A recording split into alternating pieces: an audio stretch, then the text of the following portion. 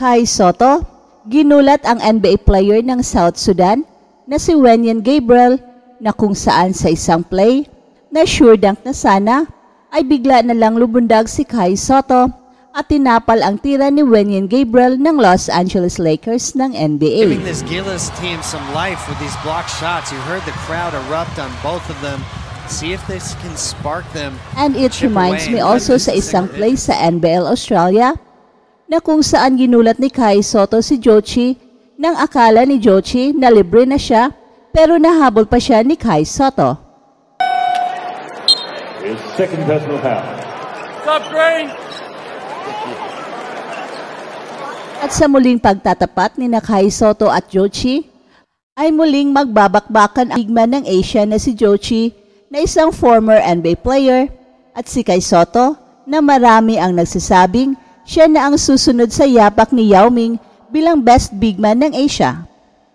No offense to AJ Edo na nagpapakita ng kakaibang galing, pero kay Kai Sotto pa rin tayo dahil isang legit homegrown Pinoy si Kai Sotto at minimithi natin siya na ang pinakaunang Pinoy na makapasok sa NBA.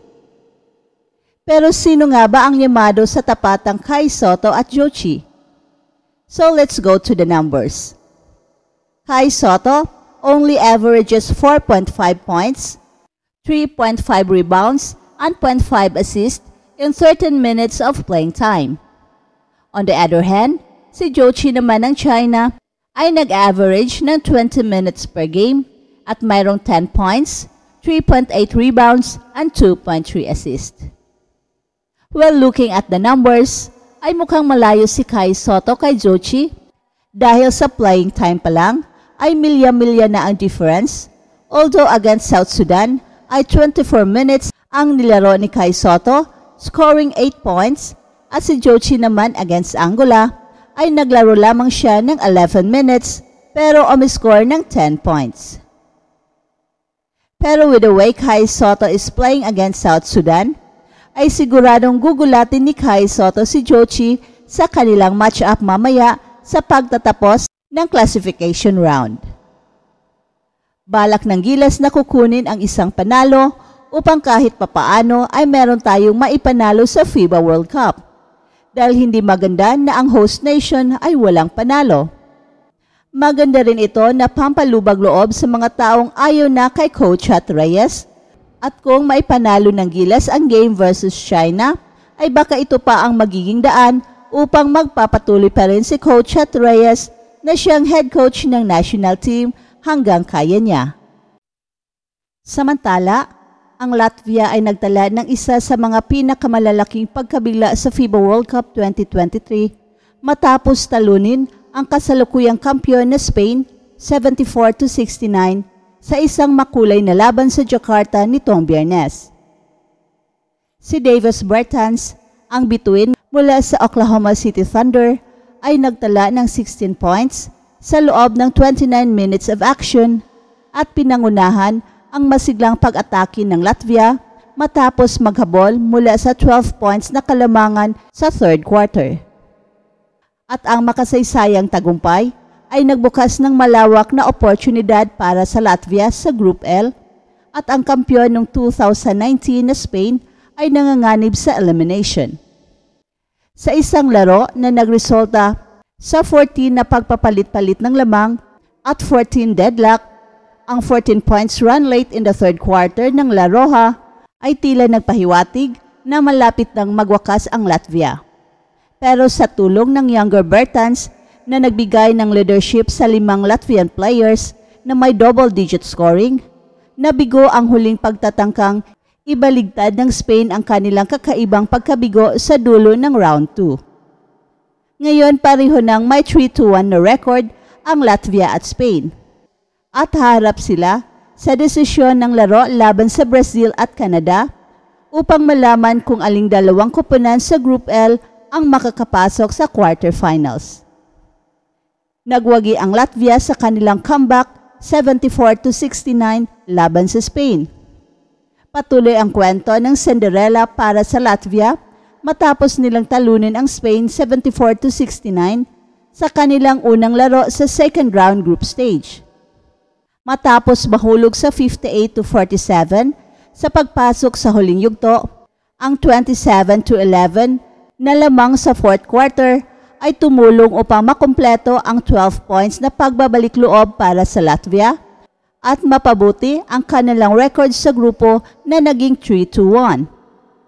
Si Davis Bertans, ang forward ng Oklahoma City Thunder, ay nanguna sa scoring para sa Latvia matapos makakuha ng 16 points sa 4 of 9 shooting kasama ang 3 rebounds at 1 assist sa loob ng 34 minutes of action. Nagtala siya ng 3 of 4 mula sa labas at perpektong 5 of 5 sa free throw line. Ito ay itinuturing na pinakamahusay na FIBA performance sa kanyang pagiging 30 years old. At patuloy na naghahamon ang Latvia habang tinalo nila ang defending champions.